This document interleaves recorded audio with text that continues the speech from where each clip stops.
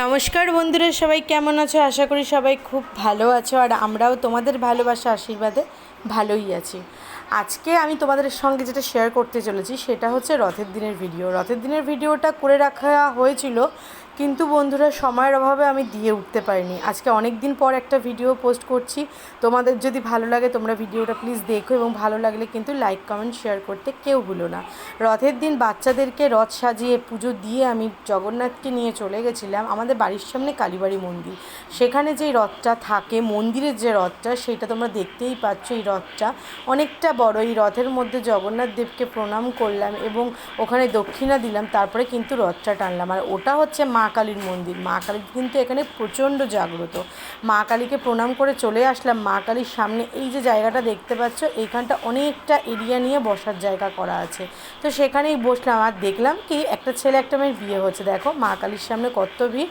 কেন জানো বন্ধুরা, এখানে একটা ছেলে একটা মেয়ের বিয়ে হচ্ছিল রথের দিন। তো দূর দিয়ে দেখলাম, বেশ ভালোই লাগলো। আমি মন্দিরে বিয়ের আগে একবার দেখেছিলাম, এই নিয়ে মনে হয় দ্বিতীয়বার দেখলাম। যাই হোক, দেখো ওখানে কোণে আর ওই যে পাত্র বসে আছে, আর দুই দিকে দুপক্ষের বাড়ির লোক। তারপরে আমি চলে আসলাম বাড়িতে ঢোকার পথেই দেখি বন্ধুরা এই জিনিসটা। এটার নাম কি তোমরা কেউ জানো? যদি এটার নাম জেনে থাকো তাহলে অবশ্যই কমেন্টসে বলো। এটা ঠিক আমার বাড়ির যে গেটের পাশ থেকে মহারাজা আর কি যাচ্ছিলেন। তো আমি তো প্রথমে খুব ভয় পেলাম, তারপরে যাই হোক লাইট জ্বালিয়ে দেখলাম তার গায়ের ডিজাইনটা। আমি কিন্তু এটার নাম জানি না বা চিনিও না, তোমরা জানলে বলো। তারপরে আমরা বাড়িতে গিয়ে রথটা রেখে প্রণাম করে ঠাকুরকে চলে আসলাম হচ্ছে আমাদের এখানকার যে কাকিমা আছে গ্যাস অফিসে, তাদের বাড়িতে জগন্নাথের বড় করে পুজো হয়, দেখতেই পাচ্ছ। এখানে কিন্তু এসে আমরা প্রণাম করলাম এবং দাঁড়িয়ে কয়েকটা ছবিও তুললাম। বেশ ভালো লাগছিল জগন্নাথ দেবকে দেখতে এত সুন্দর লাগছিল যে তোমাদের বুঝে উঠতে পারবো না। আশা করি তোমরা দেখতেই পাচ্ছ। এমনিই তো ঈশ্বর তো পরম সুন্দরী, তার সৌন্দর্য নিয়ে আর কোনো কথা বলার জায়গা থাকে না। তাও বললাম, তোমাদের মনের কথাটা শেয়ার করলাম। দেখো এটা কাকিমার বাড়ি, আর বাড়ির ওই রথটাও দেখালাম তোমাদের। তারপরে এখান থেকে বেরিয়ে চলে গেলাম সোজা মেলায়।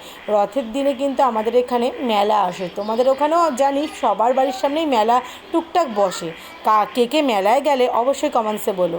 তারপরে মেলায় গিয়ে যেটা আমার দরকার ছিল সেটা হচ্ছে কাপ বন্ধুরা আমার হাতে প্রচুর ভাঙে। আর আমার কাজের মেয়েটাও কয়েকদিন আগে কাপ কিনতেই ও ভেঙে ফেললো। তো এই জন্য মেলায় গিয়ে সর্বপ্রথমে আমি কাপ কিনলাম। আর ফ্লাওয়ার্স তো আমি খুব ভালোবাসি, গেলেই মোটামুটি একটু ফ্লাওয়ার্স কিনি। আর দেখো বন্ধুরা, ওইখানে পানের জায়গাটা রীতিমতন ধোয়া উঠছে। ওই এখন কী সব বেরিয়েছে না, পান ঢুকালে মুখ দিয়ে আগুনের মতন ধোয়া বেরোয়, হয়তো ওই সিস্টেমে কিছু করছিল। দূর থেকে ভিডিও করলাম, সামনে যাইনি। তারপরে দেখলাম যে এখানে ভীম দাঁড়িয়ে আছে আর সাইডে কতগুলো গাড়ি, আর পুচকে দুটো কি সেই সুযোগ ছাড়ে। তারপরে পুচকে দুটোকে বসিয়ে দিলাম, ওরা দুজন খুবই আনন্দ করলো। তারপরে বেশি কিছু আমরা আর এবারে মেলার দিক কিনলাম না, একটু বেলুন কিনলাম, একটু টুকটাক খাওয়া দাওয়া করলাম, সেগুলো আর ভিডিও করা হয়নি। তারপরে কিন্তু আমরা চলে আসলাম বাড়িতে সোজা।